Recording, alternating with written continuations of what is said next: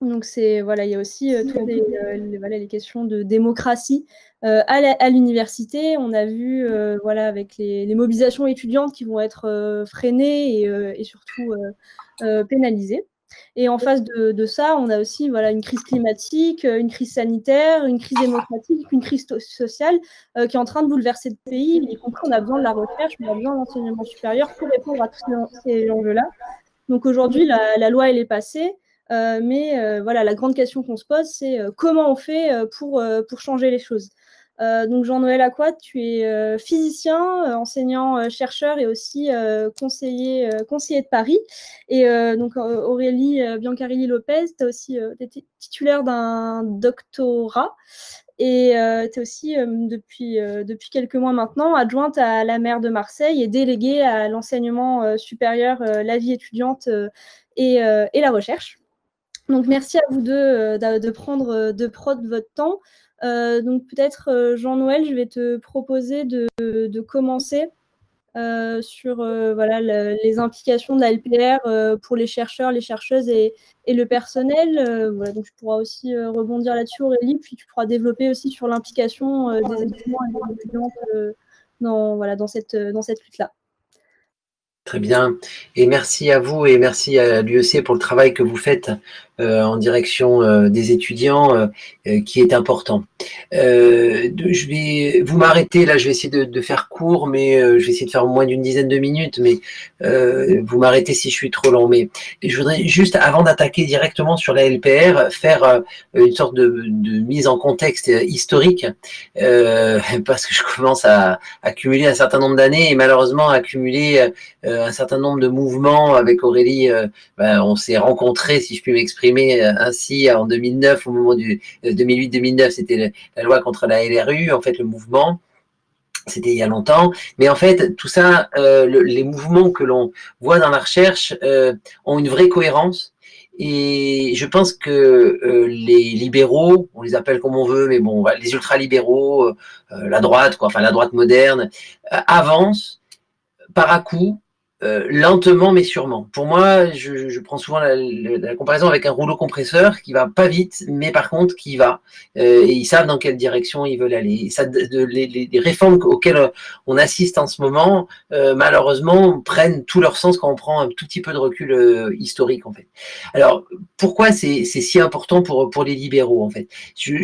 Clairement, on est sur une transformation de nos sociétés où le modèle de production évolue, en fait, et on devient une société qui est de plus en plus axée sur la connaissance. Alors, ceci étant dit, il y a la connaissance et il y a aussi le concret, il y a la production qui est non moins négligeable. Mais la part de la connaissance augmente, même si c'est pas, on va pas vers une société où il y aura que des chercheurs d'un côté et des robots de l'autre. Ça, c'est du fantasme de science-fiction. Mais la part de la connaissance augmente. Le savoir joue une place de plus en plus prépondérante dans l'outil de production, mais dans nos sociétés, en fait. Et le savoir a une particularité qui pose forcément un petit souci dans un régime capitaliste et dans un régime, on va dire, de domination, c'est que le savoir, il se partage sans perdre de sa valeur. Donc on peut l'échanger, j'ai un savoir, je vous le donne, je vous le transmets, j'ai pas perdu, et vous avez gagné, et on avance comme ça. Donc si le savoir devient de plus en plus important, de plus en plus central, mais qu'en même temps on peut le partager sans perdre, sans l'avoir privatisé, ça pose des vrais problèmes structurels, j'ai envie de dire, à nos sociétés. Deuxième point qui pour moi est relativement structurel, mais un peu plus banal, même si tout aussi malheureusement prégnant dans les réformes, c'est la privatisation du commun. On voit bien avec cette vague ultralibérale, moi je pourrais la faire remonter, on va dire, à Thatcher et Reagan, ça me rappelle mon enfance et je suis désolé. Bon, il y a une vague de privatisation de tout, petite, progressive, là aussi, rouleau compresseur, progressive, inéluctable, mais de tout, et entre autres, donc du supérieur, qui est un marché qui devient de plus en plus juteux, puisque précisément de plus en plus de jeunes vont aller se former, il y a un marché, la formation, et par ailleurs, aussi un marché de plus en plus juteux de la recherche, on pourra en parler en fait, et de faire en sorte que tout ce qui se produit dans les laboratoires puisse être mis à profit et mis à un profit sonnant et trébuchant immédiatement. Je ne suis pas contre, et je pense que l'être communiste, c'est pas être contre le fait de générer la valeur ajoutée, mais cette obsession de la production immédiate de rentabilité, c'est bien le problème aujourd'hui et le fondement de ce capitalisme. Alors, pour appuyer ce que je dis, pour aller moins loin que Thatcher, 2000, lancement au niveau de l'Europe, en fait, du projet H2020 et autres, en fait, enfin des 20 années suivantes, c'est commencé par 10, mais 20 en fait. L'agenda 2000, l'agenda Lisbonne, pour ceux qui s'en souviennent, c'était construire l'économie de la connaissance la plus compétitive au monde. Donc, on est bien au niveau européen sur cette vision d'une connaissance centrale. Sarkozy, donc j'en parlais tout à l'heure, Sarkozy est élu l'élection, c'est en mai, mai 2007, pardon. Il est élu en mai. L'Assemblée nationale est mise en place en juin. Je crois que c'est le 7 août, donc ils ont travaillé. La première loi qu'ils font passer, c'est la LRU. Et c'est pas anodin, en fait. Dans la foulée, la première des lois que Sarkozy fait passer, c'est une loi sur la recherche, la LRU, donc qui était un des pas supplémentaires de la privatisation progressive de l'enseignement supérieur et de la recherche portée par Pécresse, d'ailleurs, je le signale. Voilà. Alors Macron, voilà, Macron avec sa LPR et avec ses actions est dans une vraie continuité par rapport à tout ça. Alors la première rupture, ça a quand même été Parcoursup.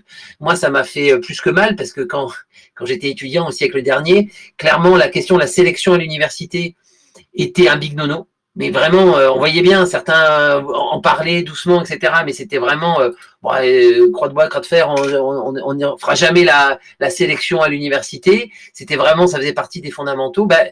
Macron arrive et effectivement, sans trop de résistance, moi j'étais surpris comment le fruit était mûr, comment il a réussi, en mettant la sélection à l'université, à de fait introduire des universités à deux vitesses et à exclure toute une partie, notamment des gamins qui ont fait bac pro et bac technique, de l'enseignement supérieur. La LPR, elle poursuit donc la logique cette fois-ci sur le versant recherche en fait. Alors qu'est-ce qu'ils cherchent à droite? Quelle est leur finalité? Je pense que sur la recherche, il y a une volonté de pilotage de la recherche. Alors le mot pilotage, je pense, c'est vraiment le mot le plus approprié. Ça fait référence au pilotage de la recherche au CEA ou autre, où on a pu avoir une recherche très pilotée, et on a toujours une recherche très pilotée sur l'application. Mais là, je pense que c'est un autre type de pilotage. Évidemment, c'est pas le pilotage comme on a pu avoir pour construire des Airbus ou autre. C'est un pilotage technocratique, où il y a une volonté de dicter à la recherche ces sujets par les agences de moyens, par des postes fléchés, très colorés. Typiquement, on va en reparler, donc des CDI de 6 ans, mais qui vont très probablement être colorés, par exemple, sur une chaire d'excellence pour développer des interactions, je dis n'importe quoi, avec ST Microelectronics ou avec une entreprise de mécanique ou ce que vous voulez. Donc c'est un vrai pilotage de la recherche progressif. Hein. C'est le coup de, évidemment, on allume la température sous l'eau de la grenouille. C'est progressif, mais progressivement, petit à petit, on en vient à définir les axes de recherche. Il y a une volonté technocratique de la part de petits cheffaillons de dicter aux chercheurs ce qu'ils veulent faire, avec une incompréhension profonde de ce que c'est que la recherche, une recherche qui avance par hasard, on dit sérendipité. L'exemple le plus flagrant, c'est évidemment Marie Curie, qui évidemment ne savait pas et n'aurait probablement jamais déposé une ANR pour développer ce qu'elle a pu faire sur le radium, puisqu'elle ne savait absolument pas ce qu'elle allait trouver, en fait. Donc, voilà. Les grandes recherches, là, je dirais, je crois que j'avais une fois un contre-exemple, mais je dirais que toutes les grandes recherches, les grandes avancées scientifiques sont faites avec une part de hasard, en fait. Il y a quelques exceptions, hein, mais voilà, le hasard est absolument essentiel et on ne prévoit pas une bonne recherche, une recherche qui trouve vraiment quelque chose qui est en rupture, ne se prévoit pas. Ce que cherche à droite aussi, c'est orienter donc la recherche vers le privé, je le disais, en faisant en sorte que les financements soient orientés, les financements de l'ANR soient orientés notamment sur les besoins des industriels, et on a plus de chances, on le sait entre nous, on a plus de chances d'obtenir une ANR, un fonds, une bourse, si on a un partenaire industriel. Et ce qu'il cherche aussi, ce que cherche la droite aussi, c'est à faire baisser de fait le coût de la recherche pour le privé. Parce que la recherche, indéniablement, ça coûte cher. On le voit là, par exemple, en ce moment sur le Covid, sur la recherche sur le vaccin. La recherche, il y a un énorme coût. et un coût à perte pour beaucoup, encore une fois, puisque si on veut chercher vraiment, on cherche sur des choses, une partie qui ne débouchera pas. Et donc, je raconte une petite anecdote, mais qui résume ce que j'essaye de dire sur ce transfert du privé vers le public. J'ai rencontré un jour de porte à porte le responsable juridique de Sanofi, par hasard. Il habite pas loin de chez moi, et je lui ai pas tout de suite dit que j'étais chercheur, donc je le fais parler sur ces trucs, et il me dit voilà, je viens de Toulouse, ou à Toulouse on va fermer notre centre de recherche. Alors forcément je le titille en disant mais la recherche pour Sanofi quand même c'est important. C'était il y a quelques années, hein, il y a 3-4 ans, c'est important, comment vous faites, comment vous prévoyez. Il me dit mais de toute façon on va faire un partenariat avec l'université de Toulouse et ça va compenser l'université Paul Sabatier, ça va compenser la fermeture de notre centre. Donc je pense que cette petite anecdote résume ce transfert qu'on l'envoie à plein d'autres occasions, en fait, avec une fermeture, une délocalisation des centres de recherche privés et un report sur la recherche publique. Voilà, donc un pilotage de la recherche, une privatisation, je le disais tout à l'heure, je vois que je suis déjà trop long, et j'insiste sur le côté étudiant, une dédémocratisation. Moi, je pense que autant à la sortie de la guerre des années 60-70, on a un énorme besoin en matière de formation d'ingénieurs, il y a un développement industriel qui suit, on démocratise l'enseignement supérieur, voilà, jusqu'à les années 2000, et là, on assiste à un mouvement de dédémocratisation où ça stagne, et on voit bien que le but maintenant, ça va être de faire en sorte qu'il y ait de moins en moins d'étudiants, qu'il y ait une logique de premier de cordée. Il y aura les premiers de cordée d'un côté qu'on va bien former, et puis les autres, c'est pas la peine de trop leur donner, hein, on est bien d'accord. Voilà, c'est la logique que Macron est en train d'essayer de pousser, avec une contradiction évidemment, des moyens qui stagne, voire diminue, et de l'autre côté, un nombre d'étudiants qui explose. Hein. C'est chaque année plus de 30 000 étudiants en plus. On pourrait, si on était rigoureux, on pourrait ouvrir une université par an en France, en fait. Évidemment, on ne le fait pas, et donc ça craque, et donc on commence avec Parcoursup à dégager des gamins, etc. Donc voilà, donc la LPR, excusez-moi d'être un peu... de dresser un tableau un peu triste, mais la LPR, elle s'inscrit dans ce contexte-là, elle tombe pas du ciel. Alors, je pense que vous avez déjà commencé à regarder, vous connaissez probablement déjà beaucoup de choses, donc c'est une loi pluriannuelle de financement sans financement, puisque normalement, il aurait été logique, là pour le coup, on peut pas reprocher à Sarkozy, il a été cohérent, il aurait été logique de la mettre au début, puisque le gouvernement pouvait s'engager sur des moyens, là il s'engage, sauf que en gros, il n'y a rien qui est prévu pour le budget prochain, et donc en gros, et le budget de l'année prochaine, en 2021, à 6 mois de l'élection présidentielle, en général, les budgets, ils sont relativement neutres, donc ça va être un désengagement sans engagement, quoi. Donc c'est une loi pluriannuelle où ils prétendent 25 milliards, mais ils ne seront pas maîtres de cette... Donc en gros, ils font des annonces pour les prochains gouvernements, ce qui n'a aucune valeur juridique, quoi. Donc ça, c'est aberrant, et quand on regarde en plus, alors évidemment, comme ils mettent sur 10 ans, ça fait beaucoup, mais les 25 milliards sur 10 ans, en fait, c'est le GVT, donc le glissement vieillesse technicité. Donc en gros, on arrête de recruter, les personnels continuent à évoluer en carrière, et donc il y a une augmentation de la masse salariale qui vient de là. Donc en termes de moyens, une loi pluriannuelle sans moyens, en fait. Une précarité de l'emploi, tu l'as dit dans ton introduction, avec j'adore ces oxymores que la com moderne est capable de créer, ces CDI de 6 ans, donc ça c'est merveilleux, c'est un CDI de 6 ans, voilà.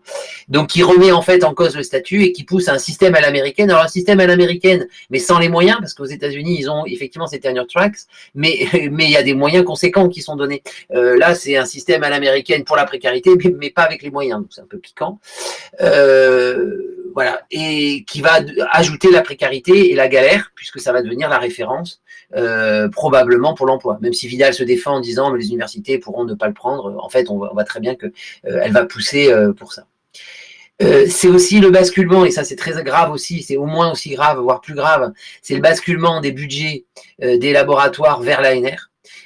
Sachant que les budgets des laboratoires nous permettent de fonctionner, nous permettent d'avoir notre recherche libre, où entre nous on s'arrange, et quand le laboratoire est bien géré, on fait en gros on se répartit les budgets entre nous et on arrive à faire en sorte que ça tourne. L'ANR c'est pas du tout ça, c'est une mise en concurrence, et surtout c'est une mise en concurrence sur 3 ans, donc aucune visibilité de long terme, la mise en concurrence, des effets d'aubaine, des effets de mode, donc c'est une vraie catastrophe. Et ce qu'il faut noter, c'est que moi je suis très surpris de voir que maintenant c'est une revendication mais très profonde de la communauté, c'est de dire qu'il faut arrêter l'ANR, ou en tout cas beaucoup la baisser. Et vous discutez même avec les collègues un peu un peu conservateur, de droite, ou même, on va dire, d'une gauche molle, bah, maintenant, tout le monde est à dire non, mais il faut arrêter avec l'ANR. Donc, c'est un constat qui est quand même assez profondément partagé dans la communauté. Le fait de dire il nous faut des budgets permanents. Et alors, donc, vous avez dû suivre ce qui a été rajouté dans les différentes lectures Sénat et Assemblée, c'est des provocations, la suppression. Alors, c'est pas exactement la suppression, mais c'est des dérogations à l'inscription à la CNU. Alors, ça peut peut-être paraître à la qualification, pardon. Donc, ça peut paraître technique, mais c'est en fait, bon, dans les détails que se cache le diable, évidemment. La qualification, c'est que si vous voulez être recruté, vous êtes recruté, vous êtes embauché par une université, mais pour ça, vous devez avoir une sorte de Graal donné par, donc, au niveau national, donné par, qui s'appelle la qualification, donnée par ces différentes sections de CNU. Et en fait, c'est la garantie du statut national. Précisément, puisqu'on a ce Graal national, notre statut est national, même si on est embauché localement.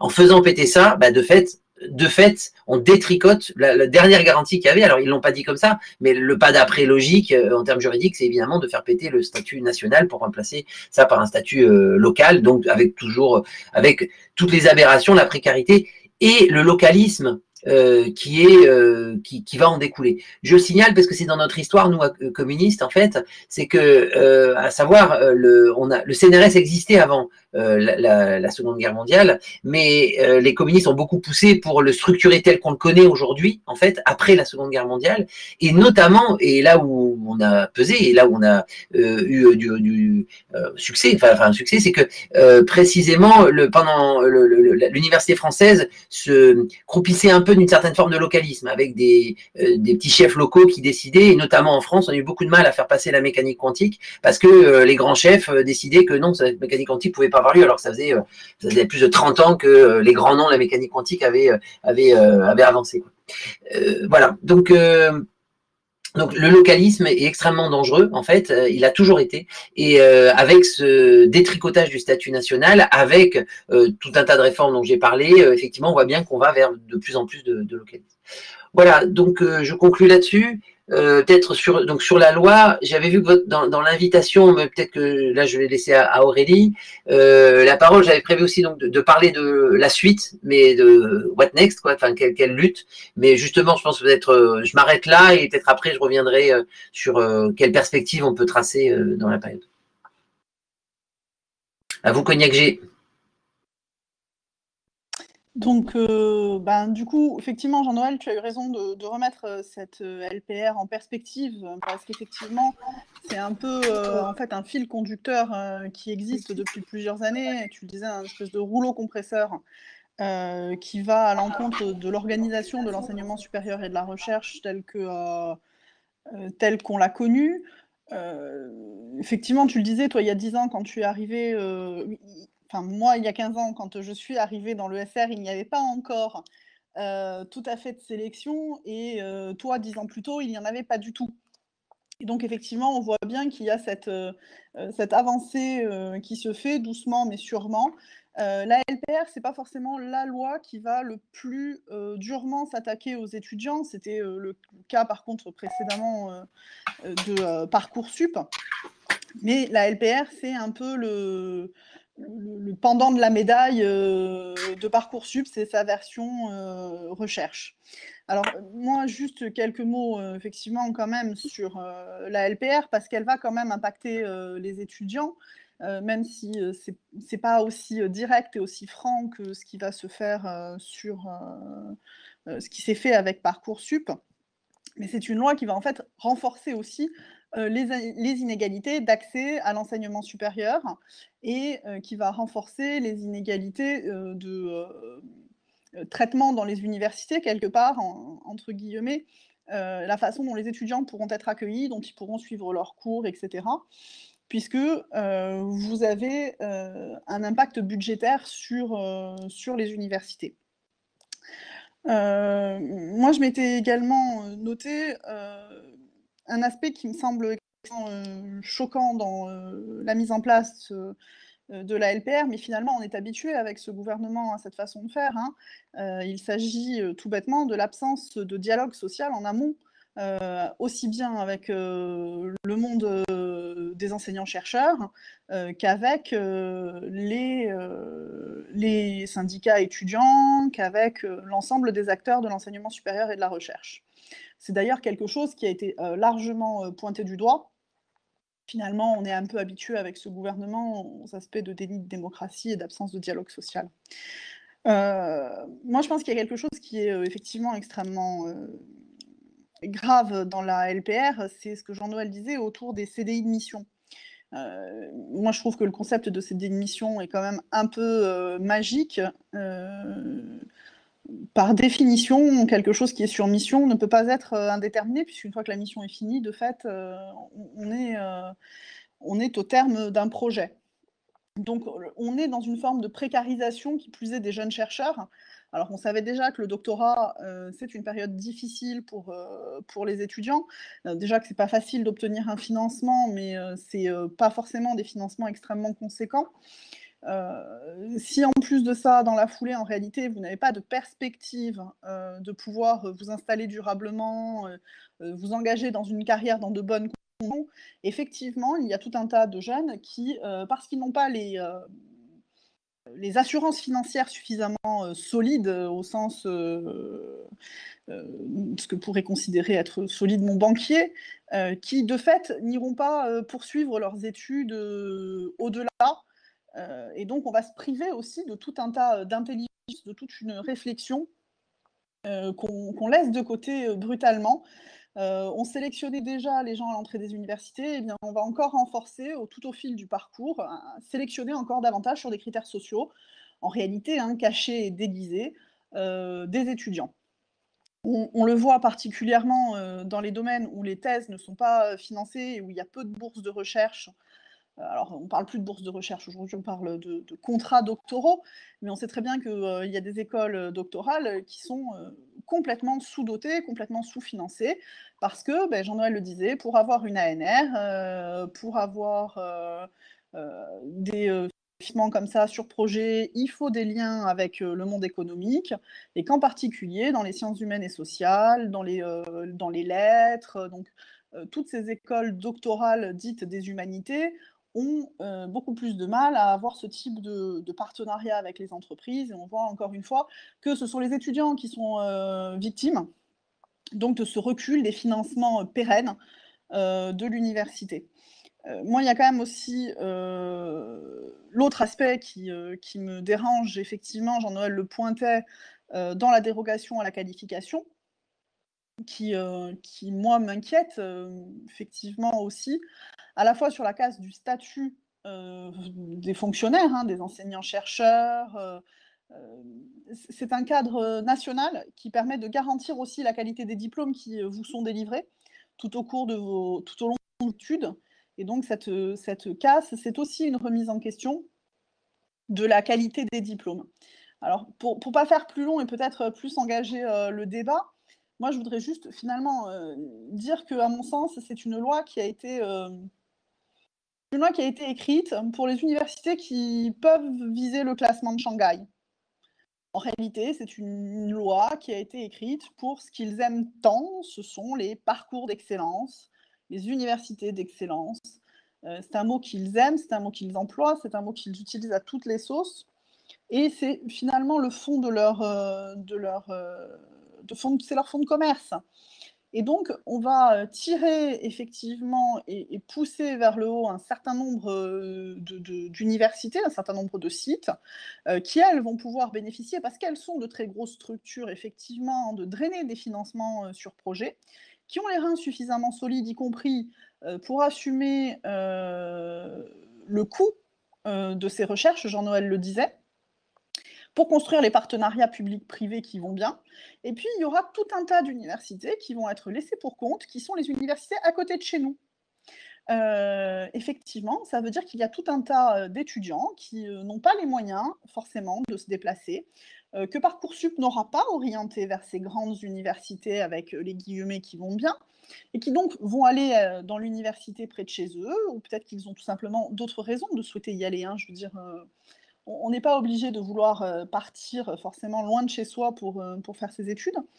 Et donc, ces étudiants vont se retrouver dans des universités qui sont qui seront moins bien dotés, moins bien cotés, moins bien reconnus. Et donc, on est une fois de plus dans la situation où il va y avoir un monde à deux vitesses, et c'est toujours les mêmes qui en payent les pots cassés. Donc ça, c'est quelque chose où il faut être extrêmement vigilant. Alors effectivement, moi, comme Jean-Noël, j'ai un peu envie de discuter aussi de la suite, parce qu'ils ont profité effectivement d'une période de confinement un peu particulière pour aller très vite, la faire passer très vite, sans discussion, sans dialogue social, sans échange avec les partenaires sociaux. Et donc, la question, c'est aussi comment est-ce qu'on fait pour pouvoir se mobiliser et alerter sur une situation inquiétante. Merci pour vos interventions. En effet, on va pouvoir en plus orienter le débat sur les perspectives de mobilisation. Il y avait déjà eu des grosses journées, notamment du 5 mars, donc avec l'université, la recherche s'arrête. Voilà, on était juste avant le reconfinement, mais le premier confinement, mais ça avait été une journée assez importante, avec vraiment une interruption des enseignements et de la recherche dans la plupart des universités. Depuis quelques jours, on a aussi une opération venant des UFR de droit, écran noir, donc pour avec la grève en fait des cours en visioconférence. Mais aujourd'hui, c'est comment aussi on continue de se mobiliser contre cette loi alors qu'elle est en train d'être validée très rapidement exprès dans les différentes instances parlementaires, et comment on joint aussi les forces des enseignants et des enseignants-chercheurs et des étudiants et des étudiantes.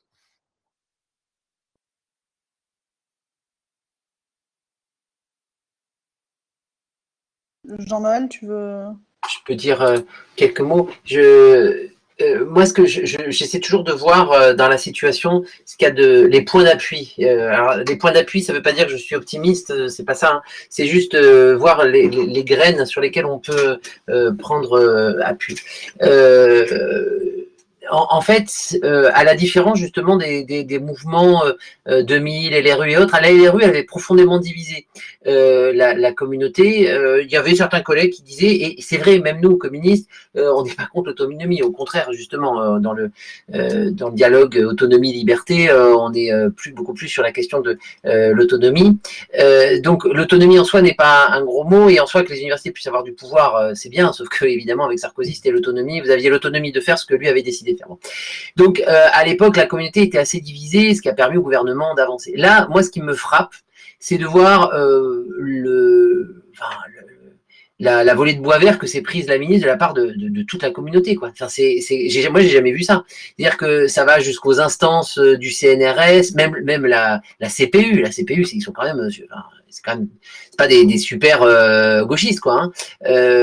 Ils se sont émus. Enfin, il y a quand même, il y a plein de sociétés savantes qui ont écrit. Alors évidemment, il y a les syndicats, il y a tous les syndicats, mais ceux-là, ils avaient déjà une certaine lucidité depuis longtemps. Il y a tout un tas de mouvements auto-organisés. Moi, je suis un peu Rogue ESR, groupe Vernance et nouveaux groupes. Mais moi, voilà, les journalistes scientifiques, en fait, la couverture par Le Monde, la couverture par Libé, évidemment par l'UMA, mais ça, bon, l'UMA, elle aussi, il y a 20 ans, elle était déjà là. Voilà, moi, je vois vraiment qu'il y a eu un tournant et que clairement, le gouvernement a perdu la bataille de l'opinion. Là, sur ça, j'étais même surpris de la profondeur du discrédit, de la démonétisation de Vidal, et en fait, Vidal qui sert de paravent, mais enfin, c'est Macron par derrière, on sait très bien comment ça se passe. Hein. Donc voilà, donc ça, c'est un point d'appui, ça veut dire que dans la communauté, il y a quand même une vraie contestation, les esprits, là, pour le coup, je le dis parce qu'on serait aux États-Unis, là, je dirais pas la même chose. Moi, les collègues américains, bon, bah voilà, eux, la précarité, le financement sur contrat, c'est acquis, c'est dans leur culture, basta. Nous, visiblement, non seulement ça passe pas, mais même ça provoque un état d'esprit différent. Ça, je parle pour les collègues, pour les enseignants, les enseignants-chercheurs, les personnels aussi, parce qu'il y a aussi besoin de personnel pour faire tourner tout ça. Après, sur la suite, donc, ce qui est sûr, c'est que moi, je pense donc sur les perspectives, enfin sur le fond, je pense qu'il faut qu'on reparle de démocratisation. Face à la dédémocratisation, il faut qu'on reparle de la démocratisation, il faut qu'on parle de liberté de recherche. Et puis il faut qu'on fasse le lien avec tout un tas de sujets. Et moi, je pense que il faut pouvoir dire aujourd'hui, oui, on est dans une société de plus en plus complexe, et pour comprendre ce monde complexe, on a besoin de savoir. Et ça touche tout le monde. Et l'université, elle forme à la fois des travailleurs, elle forme évidemment, ça fait partie de sa formation, enfin de ses objectifs, mais elle forme aussi des citoyens.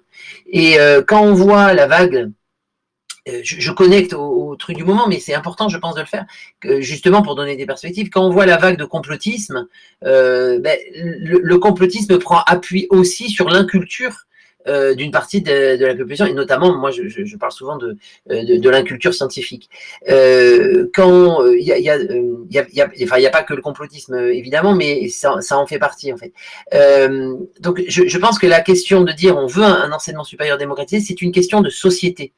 Et donc, moi, je pense qu'il faut pouvoir mener des batailles politiques. Il faut qu'on vise le monde étudiant et le monde des chercheurs, et ça, on le fait. Mais je pense qu'il faut qu'on sorte des murs de l'université et des labos de recherche. Il faut qu'on en fasse un vrai sujet de société et qu'on ne se cantonne pas. Ce que faisait à un moment le mouvement, je sais plus, on était à Marseille, on allait, les chercheurs, ils allaient, ça devait être la rue, hein, on allait dans la rue avec des tableaux. C'était humoristique, mais ça avait la vertu, justement, de sortir des murs de l'université, de sortir des laboratoires. Il faut que ce soit un sujet de société, ça concerne tout le monde. Tout le monde, enfin, beaucoup de familles ont des enfants qui suivent du supérieur ou pas, en fait, ou pas parce que des Sarkozy, des Macron, des Hollande ont décidé de ne pas donner les moyens à l'université. Hollande a pas fait mieux que les autres. Il n'a pas fait de loi spécifique, mais enfin, en termes d'austérité, c'est la même chose. Donc, je pense que ça, il faut viser à faire, à sortir, voilà, et à en faire des batailles politiques à l'extérieur. Mais alors, évidemment, il faut aussi qu'on travaille parce que évidemment, ça va être difficile. Il faut aussi qu'on travaille les étudiants, et là, la mobilisation n'est pas suffisante. Donc, vous avez tout à fait raison à l'UEC de faire vos batailles pour le revenu étudiant, etc. Et contre la LPR, etc. Donc ça, c'est très bien. Mais je pense qu'il faut qu'on se le dise, il faut sortir, et voilà, ça doit faire partie des axes de travail. Et sur le fond, effectivement, viser la coopération, tu le disais tout à l'heure, définir le savoir comme un bien commun qui doit être non pas privatisé, mais partagé, et viser le partage, je pense à la coopération entre chercheurs et non pas la concurrence, mais aussi la coopération avec les pays du Sud. C'est-à-dire que soit on vise un développement d'une planète où des grands blocs s'affrontent, soit on vise au contraire à avoir plus de coopération, et ça passe notamment par du transfert technologique, ça passe par de la coopération scientifique, ça passe par tout un tas de choses. Le savoir et la recherche peut être un ciment, en fait, d'une autre façon d'aborder les relations internationales. Donc voilà, je pense que ça fait partie. Alors évidemment, hein, là, je suis pas dans des actions très concrètes pour demain. Hein, je pense que là, on va les avoir au niveau syndical et autres, mais je pense qu'on peut faire vraiment de la belle politique avec ce sujet-là. Du coup, moi, juste pour aller un peu dans le sens, effectivement, aussi de ce que disait Jean-Noël, parce que sans surprise, je partage beaucoup de ce que vient de dire Jean-Noël. On se connaît depuis très longtemps, on a effectivement milité ensemble, et je faisais partie des étudiants à l'époque qui ont suivi les cours dans la rue et sur les places de Marseille, où il y avait des super cours de maths, de physique, de philo, d'histoire, qui avaient lieu sur, à l'époque, le parvis de la gare, etc. Et c'est vrai que ça a interpellé aussi les gens sur la place du savoir dans la société. Et la question qui se pose aussi avec, avec un tel rouleau compresseur qui s'attaque à ces savoirs, Jean-Noël parlait de bien commun de l'humanité, la question c'est de savoir dans quel monde est-ce qu'on veut vivre. Est-ce qu'on veut que le savoir ce soit un moteur, quelque chose qui fasse avancer l'ensemble de la société? Est-ce qu'on veut que ces savoirs constituent et contribuent à tisser du lien social et à faire du commun? Ou est-ce qu'on souhaite que ces savoirs soient privatisés et deviennent des outils de domination, tout simplement? Et donc, quand on pose la question de la démocratisation de l'accès à l'enseignement supérieur, en fait, on pose de fait une question essentielle qui est celle de la démocratie dans la société. On ne peut pas envisager en tant que communiste, pour moi, on ne peut pas envisager un monde dans lequel on privatise les savoirs. Et vous êtes, vous, en tant qu'étudiants, les premiers à être, j'allais dire, touchés par cette transmission des savoirs. L'université, c'est un lieu où l'on construit et où on transmet des savoirs consolidés, où la science se fait. Et donc, l'importance de votre place dans la société comme intermédiaire dans le passage de ces savoirs est essentiel aussi. Et donc moi, je crois beaucoup à une université qui est moteur de cette démarche-là. Et donc, on a besoin d'un savoir qui s'ouvre sur la ville. Alors, effectivement, j'utilise le mot ville parce qu'en ce moment, c'est celui que j'utilise beaucoup dans le cadre de ma délégation. Mais je suis effectivement profondément convaincue qu'il y a cette importance à voir le problème immédiat qu'est la LPR, mais immédiatement à penser plus loin dans le cadre d'un projet de société plus général. Pour ce qui est en fait des mobilisations, hein, ce qui était aussi ta première question, Lola, moi je pense qu'il faut qu'on ne s'interdise pas de réfléchir, y compris à des choses nouvelles. Quand on est sorti faire cours dans la rue, on nous a regardé bizarrement les 2 premières fois. La 3e, il y a des gens qui sont venus avec nous. Quand on envisage des choses nouvelles, ça peut toujours paraître un peu surprenant, mais je pense que c'est très important dans une époque où le savoir est aussi parfois un peu pointé du doigt et où on ne sait pas trop ce qui relève du vrai, du faux, où la fake news est un peu j'allais dire, si je peux me permettre une façon peut-être un peu dure de dire les choses, finalement, la place du youtubeur et la parole du youtubeur a presque autant de valeur que la parole de quelqu'un comme Jean-Noël. Je suis désolée, mais pour parler de physique, je trouverais toujours que Jean-Noël a plus de valeur qu'un youtubeur. Et donc, effectivement, replacer aussi comment est-ce que le savoir se construit, comment est-ce qu'on le partage, et puis ensuite faire toute la chaîne de connaissances. Ça me semble être parmi les enjeux essentiels qui se posent à nous, y compris dans la mobilisation qui est à construire. Parce qu'en fait, la LPR s'attaque vraiment à cette question de la construction des savoirs. Pour moi, c'est un peu le dernier, le dernier non, malheureusement, ça ne sera pas le dernier volet de Lisbonne, mais on est dans ce processus de privatisation des savoirs. Remettons les savoirs au cœur de la société, partageons les savoirs, c'est un bien commun de l'humanité. Moi, c'est quelque chose auquel je tiens beaucoup. Merci, c'était vraiment très, très intéressant aussi sur comment on replace les savoirs dans l'espace public. Bon, aujourd'hui, on voit l'espace public, en ce moment, il est plutôt numérique, mais c'est aussi voilà, les enjeux qu'on doit continuer de se poser. Je ne sais pas s'il y a des questions. Je vous invite soit à les poser par écrit, soit à prendre la parole directement.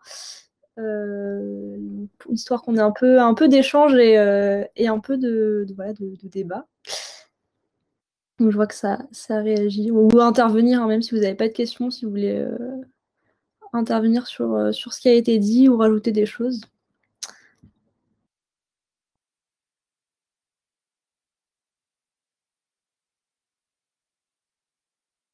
Ça a écrit.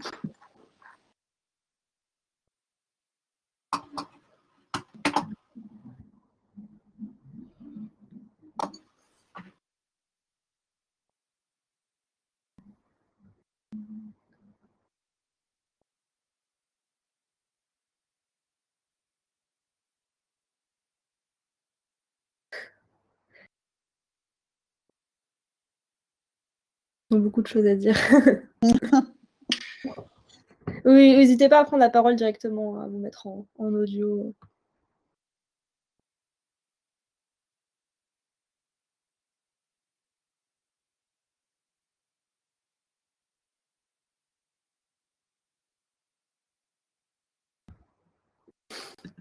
Donc là, il y a une question, est-ce que pour se faire entendre, les mobilisations non violentes sont efficaces?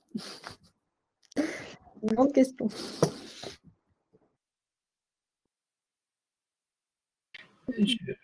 Moi, j'aurais tendance à... je pense qu'il y a un rouleau compresseur face à nous et effectivement, tout... Je ne vais pas dire tout est bon parce qu'il faut faire attention. Parfois, la violence peut se retourner contre nous et le système est suffisamment, je pense, bien cadenassé pour nous pousser à la violence et pour nous faire croire qu'on n'a que ça comme alternative. Donc, il faut quand même faire attention Même si après on peut faire du rapport de force. Voilà. Je pense que la violence en soi, faut la des Macron ou autres seront très contents si on l'utilise parce que ça permettra de mettre dans sa poche toute une partie de la population qui ne voudra pas en entendre parler et on va juste se retrouver cornerisé. Mais je pense que moi je veux pas opposer les actions. Ce qui est sûr, c'est que la question qui est primordiale, c'est quelle est l'alternative? Vers quel est l'espoir qu'on donne? Et est-ce que notre espoir, et notre espoir politique global en fait, hein, il est porteur de sens pour la population. Et je pense que la question, encore une fois, du savoir peut être porteur de beaucoup de sens, que ce soit pour la question de l'ambition industrielle, la question du monde dans lequel on vit, est-ce qu'on a envie d'avoir des intégrismes religieux qui cadenassent la liberté d'expression? Voilà, enfin, il y a tout un tas de questions où la question du savoir, elle est fondamentale en fait. Donc je pense qu'il faut que nous, on essaye de donner un sens et donner de l'espoir et de construire un rouleau compresseur inverse. Et je pense pas qu'un rouleau compresseur, pour moi, il se doit d'être exigeant envers lui-même et de donner une perspective de long terme, quoi. Et je pense que c'est ça qui manque, c'est que nous, on est, et moi, je trouve qu'on est souvent trop dans la dénonciation, et on a raison de l'être, hein. Encore une fois, je vais manifester, je me fais nasser comme les autres, enfin pas, voilà, j'essaie d'éviter, mais voilà, je suis dans la contestation. Néanmoins, je pense qu'il faut qu'on soit exigeant envers nous-mêmes et qu'on travaille cette question-là, on travaille la question du savoir, de sa diffusion et de son partage avec une perspective de long terme et qu'on lâche pas et qu'on soit pas dans un à-coup, on riposte et puis après le pouvoir attend et il passe un an après, c'est truc.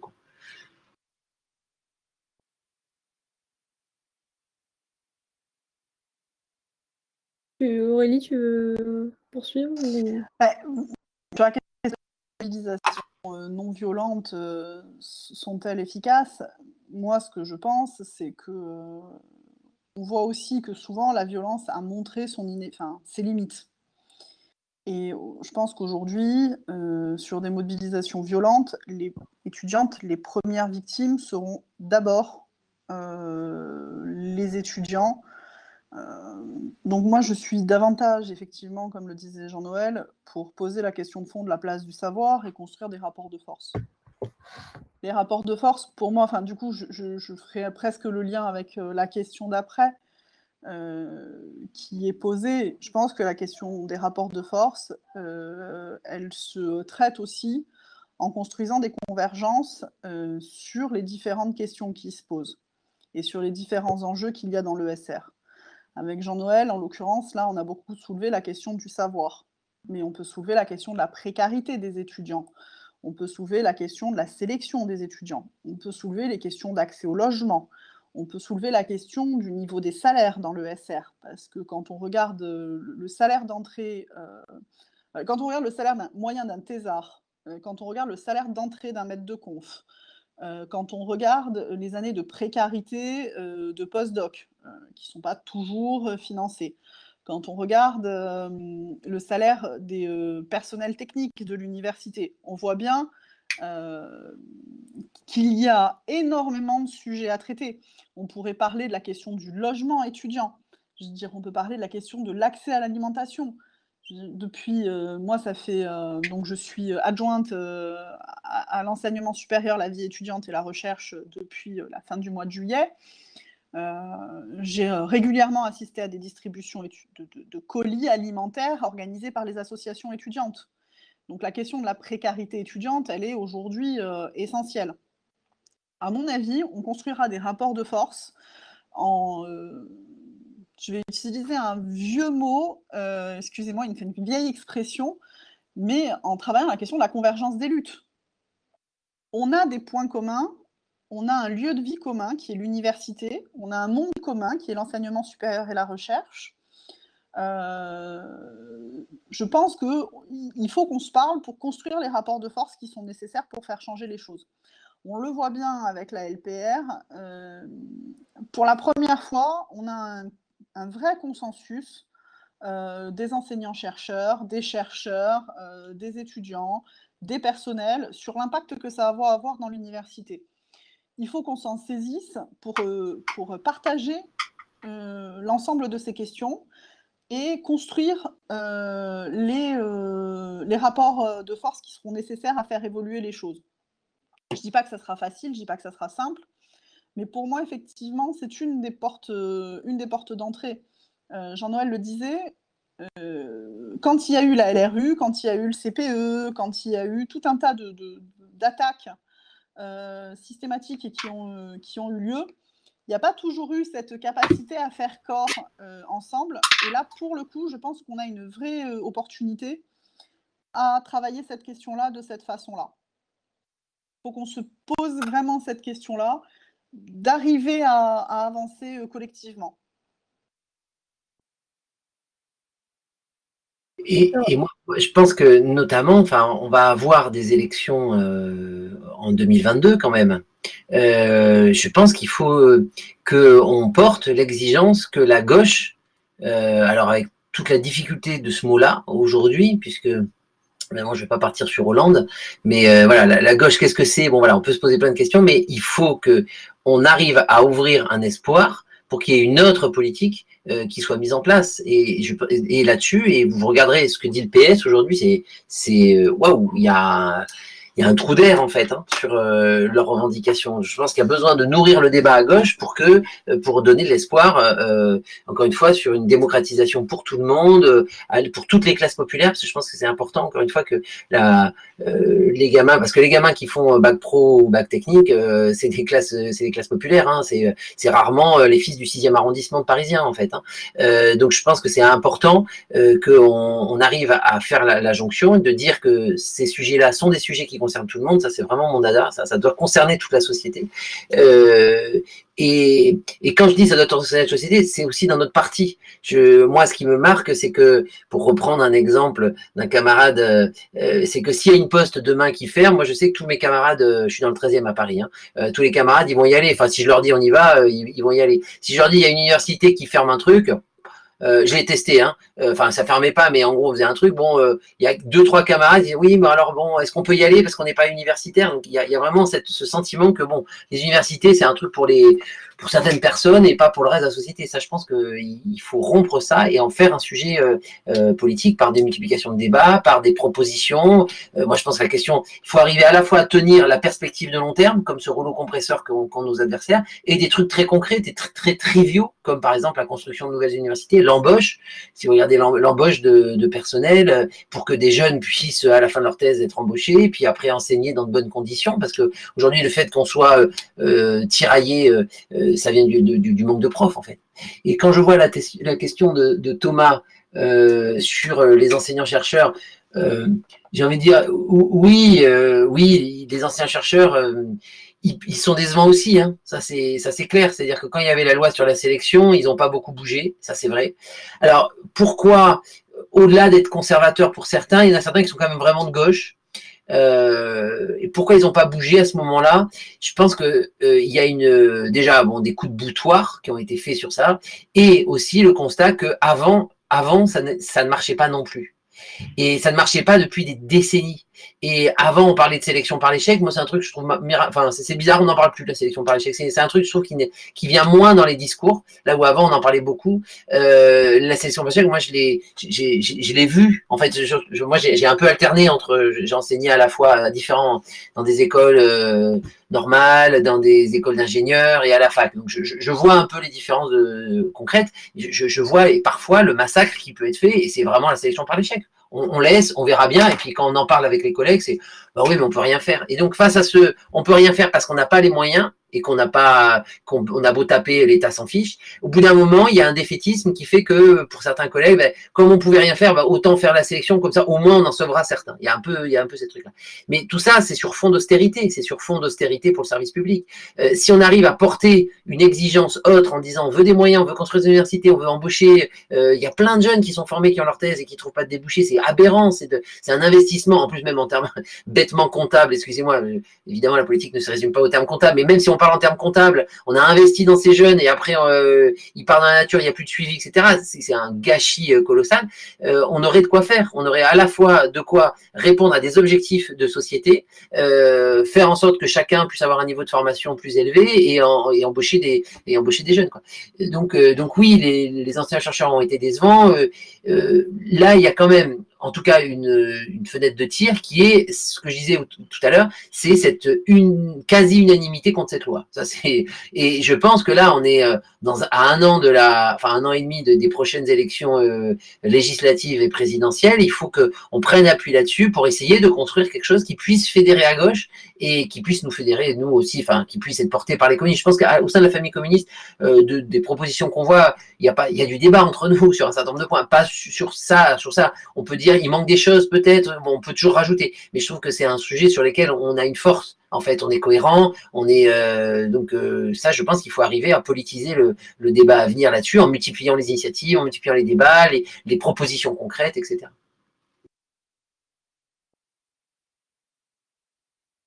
Il y a d'autres questions sur les moyens d'action envisagés par la communauté scientifique, aussi comment les étudiants et les étudiantes peuvent se mobiliser, y compris dans ce contexte de crise sanitaire, alors que justement, voilà, ils ont profité des conditions pour faire passer cette loi en essayant d'éviter les mobilisations en présentiel sur les facs notamment. Aurélie, si tu veux... Sur cette question de la mobilisation dans la période, c'est vrai qu'effectivement, j'ai un peu envie de dire, c'est un bon combo pour le gouvernement, c'est un bel alignement des planètes, parce qu'on sait aussi très bien, et ils le savent aussi, hein, que alors je dis on, on voit le lapsus et l'habitude de dire on quand je parle des mobilisations étudiantes. Mais quand les étudiants se mobilisent et que ça se fait en lien avec les enseignants-chercheurs et avec le monde de la recherche, on le sait qu'ils reculent et qu'on est capable de les faire reculer. On l'a déjà fait. On l'a fait sur le CPE, on l'a fait sur tout un tas de mobilisations qu'il y a eu ces dernières années. Alors effectivement, ça arrive de moins en moins, mais parce qu'il y a de moins en moins cette capacité à se mobiliser collectivement. Moi, j'ai envie de dire, la première des choses qui est à faire dans les actions étudiantes, c'est à se mobiliser dans l'ensemble, c'est à travailler à la mobilisation de l'ensemble de la communauté universitaire. Pas seulement à la mobilisation des étudiants, parce que ce qui fera notre force, c'est notre capacité à nous mobiliser ensemble et en commun. Ensuite, moi, je pense que Jean-Noël le disait, hein, il ne faut pas hésiter à faire des actions très concrètes. Ce que vous proposez et la campagne qui est menée par l'UEC quotidiennement sur les universités où elle est présente sur, par exemple, le salaire étudiant, c'est une mobilisation qui contribue à politiser les consciences et à travailler, à créer les conditions. Alors effectivement, aujourd'hui, c'est pas moi qui vous dirais d'aller et de prendre j'allais dire d'aller faire des occupations d'amphithéâtre tout de suite. C'est effectivement pas forcément compte tenu de la situation la meilleure option si vous, pour être entendu tout simplement, puisqu'on est dans une situation effectivement un petit peu particulière où ce genre de choses passerait pour de l'inconséquence et de l'irresponsabilité. Par contre, vous avez d'autres moyens de réfléchir, de penser. Je vois que vous avez, j'ai vu que vous aviez monté par exemple un Discord avec des réunions quasiment quotidiennes, si je ne m'abuse, qui permettent aux étudiants de faire de la solidarité, de travailler ensemble. Mais c'est super ça comme initiative. Et donc du coup, profitez-en pour aussi parler de politique, parler des questions qui vous occupent. Une des forces de l'UEC, c'est de faire de la politique dans les universités. Ensuite, il va y avoir aussi le temps de la mise en place de ces lois aussi, c'est-à-dire que pour l'instant, elles sont votées, les décrets d'application ne sont pas encore passés.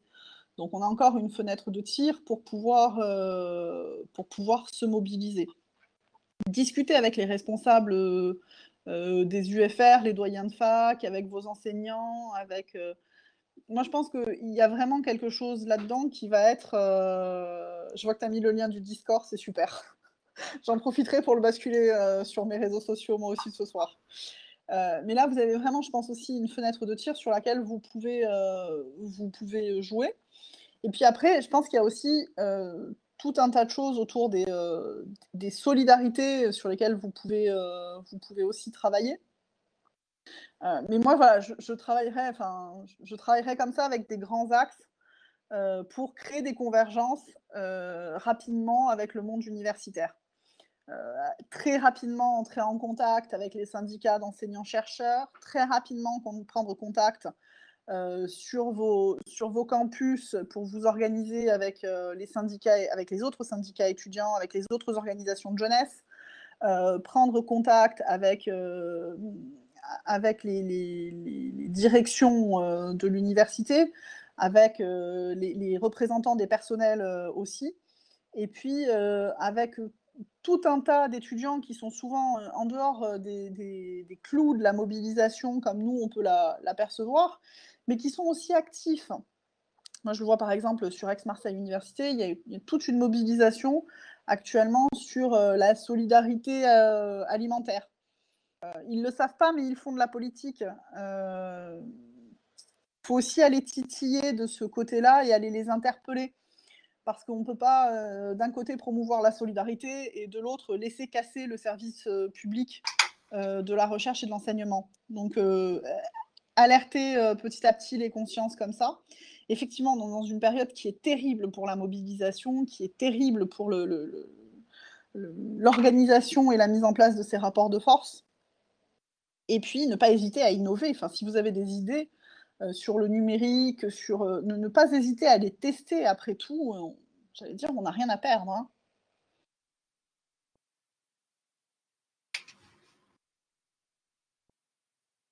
Sinon, vous pouvez demander à Jean-Noël de faire des cours supérieurs. Bah, avec plaisir. Hein. L'entropie expliquée par Jean-Noël c'était au Réformé, je crois. Ça valait son pesant de cacahuètes. Un cours pour clarté. Ah, bah écoute. En article. Aurélie est partante, je crois. On va voir si elle a bien retenu. Moi, ça fait trop longtemps, hein. Je suis désolée, je sais encore ce que c'est que l'entropie, mais je ne suis pas sûre d'être capable de faire un cours sur l'entropie aujourd'hui. Mais sur les actions, effectivement, qu'est-ce qu'on peut faire, effectivement, ce que dit Aurélie sur la convergence avec les autres membres de la communauté du supérieur, c'est important. Donc ça, c'est très bien, notamment, je pense que ma présence aujourd'hui, c'est un peu ça, et donc c'est très bien. Mais effectivement, vous pouvez être légitime à inviter éventuellement d'autres personnes, d'autres syndicats, en fait, du supérieur, pour essayer de voir, pour essayer de faire la connexion. Et vous notez que, évidemment, Macron a fait étudiant, l'ordre importe peu, mais il a fait Parcoursup, puis après la recherche. Pareil pour Sarko, en fait, lui il a fait d'abord la recherche et ensuite les étudiants. Et en fait, c'était dans le même ordre en fait. Donc en fait, je pense que évidemment il cherche à nous diviser. Et c'est vrai que parfois, comme je disais tout à l'heure sur la sélection, on n'a pas les mêmes. C'est pas juste que les gens sont pour, c'est qu'on n'a pas forcément exactement le même point de vue. Moi non, moi je suis à fond contre sur la sélection. Je pense que c'est une aberration. Mais voilà, je pense que la question de la convergence, elle est importante. Je pense que dans ce qui nourrit là maintenant, dans les actions à faire, enfin, excusez-moi de répéter, c'est mon côté prof, mais encore une fois, on arrive vers quelque chose qui va exciter tout l'agenda politique qui est la législative et la présidentielle, se réfléchir à une plateforme qui pourrait être une plateforme réfléchie, commune, de propositions, de contre-propositions. C'est bien c'est toujours mieux d'être en présence, en chat, c'est beaucoup mieux. Mais en numérique, on doit pouvoir commencer à avancer des choses là-dessus, mais des choses qui soient partagées par d'autres. Encore une fois, je pense que nous, alors déjà, effectivement, faire le travail, mais je pense qu'il y a déjà beaucoup dans ce que nous on fait, mais arriver à partager avec d'autres pour que nos contre-mesures arrivent à être, et qui fassent pas 10 pages, quoi, mais que nos contre-mesures arrivent à à s'imposer dans le débat politique comme étant une évidence à gauche, quoi. Il y a des choses où des fois, je change complètement de sujet, hein, je change complètement de sujet, mais pour dire que des fois on peut répéter, puis au bout d'un moment ça s'impose. Nous, en tant qu'élus communistes, on a beaucoup poussé pour parler de la gratuité des transports. Au début sur Paris, Anne Hidalgo voulait pas en entendre parler, puis on a parlé, et puis au bout d'un moment, elle a changé de position. Donc des fois, effectivement, à force de pousser, mais je pense qu'il faut créer des rapports de force, hein, il faut clairement créer des rapports de force, mais rapports de force, ça se travaille aussi en termes idéologiques. Donc moi, je pense qu'une plateforme, ça pourrait être intéressant.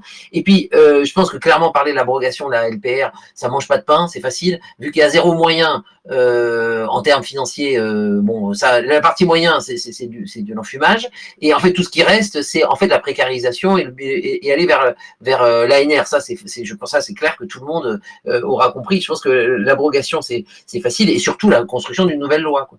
Et en 2000, alors moi, j'étais pas en France, mais c'était, il y avait eu ces états généraux de la recherche. On va malheureusement pas pouvoir le faire à nouveau parce que pour plein de raisons. Mais avoir quelque chose de programmatique, où on discute à plusieurs forces de gauche progressistes pour aller vers quelque chose d'alternatif. Voilà, et ça peut être fait dans la période, même si on est confiné. C'est des rencontres. Là, je vois bien que ce deuxième confinement, on a tous un abonnement Zoom ou je sais pas quoi, et les réunions. Surtout qu'il y a même plus de réunions maintenant qu'avant hors truc. Et ne négligez pas non plus, je parle des élections, il y a le mouvement social, il y a aussi les élections, mais les deux doivent aller de pair, en fait. C'est la propriété, enfin, le propre du Parti communiste pour moi, c'est qu'on est à la fois dans les luttes et dans le pouvoir, et on n'est pas dans le pouvoir coupé des luttes, on n'est pas dans les luttes coupé du pouvoir. Je pense qu'on est la seule force politique à être dans cette optique-là. Il faut jouer de ça. Donc il y a notre action locale dans les syndicats, etc. Il y a aussi les régionales à venir. Et dans les régionales, les universités sont dans la compétence régionale.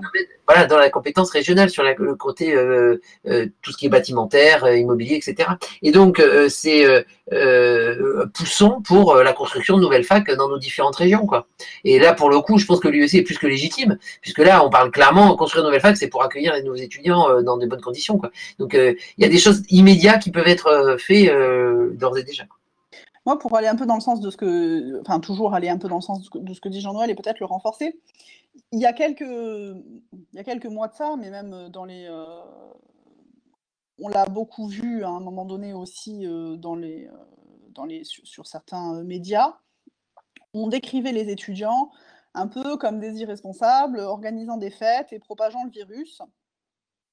Et puis finalement, on se rend bien compte que la réalité, elle est à des années-lumière de ça. Moi, ma réalité d'élu au contact quotidien avec des étudiants, elle est à des années-lumière de ça. J'ai affaire à de jeunes adultes responsables qui organisent la solidarité, qui se protègent, qui protègent leurs proches, qui s'inquiètent pour la qualité de leur diplôme, qui s'inquiètent pour leurs conditions de vie, qui s'inquiètent pour les conditions de vie de leurs camarades et qui sont capables de s'organiser. Jean-Noël a raison, vous êtes tout à fait légitime à, d'une part, demander l'abrogation de la LPR en lien avec les instances du monde universitaire, mais vous êtes aussi tout à fait légitime à réclamer et à demander et à construire cette plateforme revendicative autour du logement étudiant, vous le faites déjà du salaire étudiant. Vous pouvez aussi réclamer davantage de profs, parce que qui dit davantage de profs dit des TD surchargés, dit davantage de plages horaires de disponibles. Ça pose toute une réorganisation de l'université qui va dans le sens de ce qu'on disait en toute première partie de débat sur la place du savoir dans la société. Et qui dit plus de profs, c'est aussi plus de débouchés aussi pour vous. C'est-à-dire que dans un monde où le savoir est au cœur de la locomotive, enfin, je dirais, et le cœur de la locomotive qui nous fait avancer, c'est aussi un monde où vous aurez aussi plus de place et plus de débouchés. Moi, je voudrais juste vous donner un tout petit exemple. Hein. Ça fait des années, je ne sais pas, ça doit faire maintenant, j'étais en L2 ou L3 quand le chiffre était tombé. On disait qu'il n'y avait que 1% des étudiants de l'université dont les parents étaient ouvriers et qui terminaient avec un doctorat. Le chiffre, je n'ai pas le tout dernier, mais le chiffre n'a pas évolué. C'est-à-dire qu'aujourd'hui, l'université n'a plus les moyens de jouer son rôle d'ascenseur social. Et ça, pourtant, on le sait que l'éducation, y compris l'éducation au sens école, enfin, le rôle de l'école est essentiel dans l'élévation sociale et dans l'ascenseur social. Et donc, vous privez de ça, privez les enfants de ce moteur-là, parce que c'est toute une société qui progresse quand on permet cette ascension sociale au maximum de personnes. Et donc moi, je pense vraiment qu'il y a un vrai enjeu autour de ça. Et l'autre chose, moi, qui m'inquiète un petit peu, on n'en a pas parlé ce soir, mais c'est tout un discours qui commence à exister sur ce qui s'enseigne à l'université, sur la façon dont les enseignants-chercheurs l'enseigneraient. Je pense qu'il faut que, là aussi, vous soyez vigilants sur les libertés académiques. C'est aussi la qualité de l'enseignement qui vous sera prodigué qui est en jeu. Il y a Manel qui voulait intervenir, donc je t'en prie. Vous m'entendez? Très bien, oui. Oui. Oui, alors déjà merci pour la qualité des échanges et du débat qui a lieu, et c'est toujours très enrichissant et ça nous donne toujours plein d'idées et plein de perspectives, même si effectivement la période est assez compliquée pour tout le monde. Je voulais revenir sur d'autres points de la LPR qui est son aspect répressif, à la fois vis-à-vis des manifestations sur les campus et tout ce qu'il y a eu sur tous les articles relatifs à l'occupation des facs et du coup l'entrave à la liberté de manifester dans les universités. Allô? Okay. Du coup... Oui. Désolée, Jean. Ok. Du coup, voilà, vis-à-vis de la répression des étudiants, mais aussi de la répression et du manque de démocratie sur la question des qui sont produits, notamment via...